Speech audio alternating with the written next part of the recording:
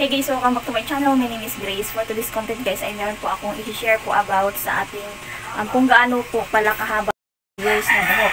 So guys, ito ay na-experience ko dahil sa buhok ko ay nung una ipapakita ko po sa inyo yung ipapakita ko po sa inyo dito. Yan po yung buhok ko nung nangarag pa, yung nasira sa kakakulay, kulay doon, kulay dito, kahit anong DIY, kahit anong kulay nilalagay ko. So yan po yung resulta nung palagi ko po siyang kinukulayan. Ang aking buhok ay nagra-rubberize na po siya. So kapag once pala na nagkukulay po kayo ng buhok or kahit magdi-DIY kayo, kasi yan po yung naka-cause ng pagkasira ng buhok natin dahil hindi po siya na-treatment.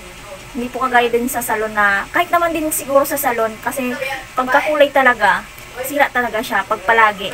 Ang ginagawa ko kasi kapag may nagsawa na sa kulay yon, parang patong-patong na ang nangyayari. So, may kodigo ako dito kasi nakakalimutan ko eh. So, 2021 nasira yung buhok ko, diba? In 2022, nagpagupit ako. Ito guys.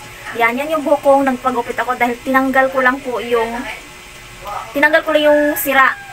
Nagpuputol-putol kasi siya, nagra-rubberize siya, tapos tinira, alam na magpapakalbo ako, pero tinira ko lang yung konti, kaya ganun yung gupit niya, sobrang iksi. Pero hindi ko talaga gusto yung gupit na yan, kaso lang, wala akong magagawa dahil ang hirap na niyang suklayin. Mahirap na siyang suklayin kapag lalo na pagka tapos mong maligo, grabe, putol-putol yung buhok mo. 2022 nagpagupit ako, diba? So, 2023, October 2023 nagpapariband ako. Yan, medyo humaba-haba na siya konti, tapos nagpariband ako. Nung niriband yung buhok ko, so ito na yung nangyayari. 2021, nagpagupit ako, then 2021, 2, 3, 21, 2, 23, 24. So, 3 years po yung buhok kong haba. Yan, ipapakita ko po sa inyo kung gaano kahaba yung 3 years na buhok.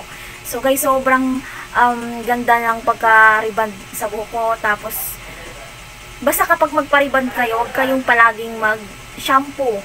Kasi yan po yung nagka-cause ng dry. Tapos, basta nagda-dry, nagbubuhagag yung buhok mo. Tapos, ang ginagawa ko kasi more on cream silk ako. So, ang ginagamit kong cream silk, ito na nga po yung i-share ko po sa inyo kung ano yung maintenance ko sa buhok ko. So, ito siya. Serum siya, guys. Ito. So, alam ko naman na lagi kayo nagkagamit nito. Pero, hindi lang pa alam na kung gaano ang effective talaga, kung gaano talaga siya ka-effective para sa akin. Ito. Ayun guys, ito guys ay nalaglag. Ito ay pinatos ko lang po talaga siya kahit pa isa-isa, kahit nakagupit siya. Binili ko lang talaga siya dahil hinahanap, hinahanap ko po talaga ito kahit saan. Ang hirap po nitong hanapin ito. Nabili ko siya ng pa isa-isa, ayan o, putol-putol. Yan. So pinagdudugtong ko na lang sila para po may maibenta ko. Kasi binibenta ko siya, ayan o. Diyan siya dito siya naka-display. So, binebenta ko rin siya. Ito rin yung ginagamit ko. Guys, sobrang ganda talaga nito, guys, sa lahat ng nagamit kong conditioner. Hindi ko na po isa-isahin lahat ng mga conditioner. Basta ito lang yung pinaka-the best para sa akin. 3 years po yung buhok kong humaba na. Tapos ngayon, tingnan mo, nangarag siya nung nakaraang araw. Ayan, ipapakita ko po dyan nung pagkatapos kong ginupitan. Tapos, nag-cream silk ako dahil hindi ko naman, ako po kasi pag nagbabanyo ako, kung ano lang yung madadampot kong shampoo or cream silk doon, yun lang yung ginagamit ko. Pero, nag-try ako ng ibang cream silk dahil yun lang yung, ako lang yung taga-ubos ng tira-tira doon. Yan. Ang ginamit ko ay iba. Hindi ko na po babanggatin kung ano yung nagamit ko. Pero, ang nangyari sa buko ito, ngarag siya. So, nung kahapon, gumamit ako ng cream silk. Ito. Serum siya eh.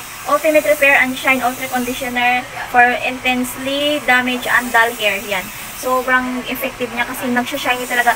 Yung buhok ko sobrang haba. Yan. Ipapakita ko. Na-miss ko yung buhok ko na yan, guys. Na-miss ko talaga. Yan po yung lagi kong ginagamit. Nag-maintain po talaga ako ng ito. Mini-maintain ko po talaga ito dahil kala mo, nakariband ka. 1 year nang nakalipas yung buhok kong rebanded. So, pag nasa labas ako, sabi, wow, rebanded. Yaman, gumaganyan sa buhok ko. Ano po, hindi po ako nagpa-reband. 1 year na nga po yung buhok kong ganyan. 1 year na yun siyang rebanded. Ayan, hindi sila naniniwala na Kala nila nagpariband ako, pero ganun talaga, hindi nila alam kung anong ginagamit ko. So ito talaga, ito. I-try nyo to guys, i-maintain nyo. Sobrang ganda ng buhok nyo.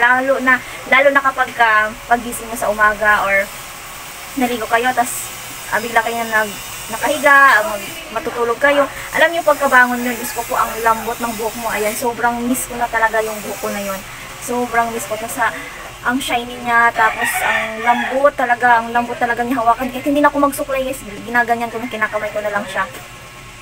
And then, kaya ko lang naman siya pinagupitan dahil sobrang nainitan ako. Tapos parang pumapayat ako sa buhok ko. Maganda sana siya, kaso lang hindi bagay sa akin na sobrang haba din. Parang ano ako, nalulo siyang sa haba ng buhok. Kaya nagpagupit ako. Ayan, ang hirap na naman siya pahabain. Ayan, may natitira pa siyang may mga kulay-kulay, oh. Yan. Sobra, pagka once na kayo ay ayaw na magpariband, wala kayong pang pariband, wala kayong treatment sa buhok, kahit ito lang talaga ang kailangan gamitin at maganda siya talaga, promise. Try nyo na. Bye!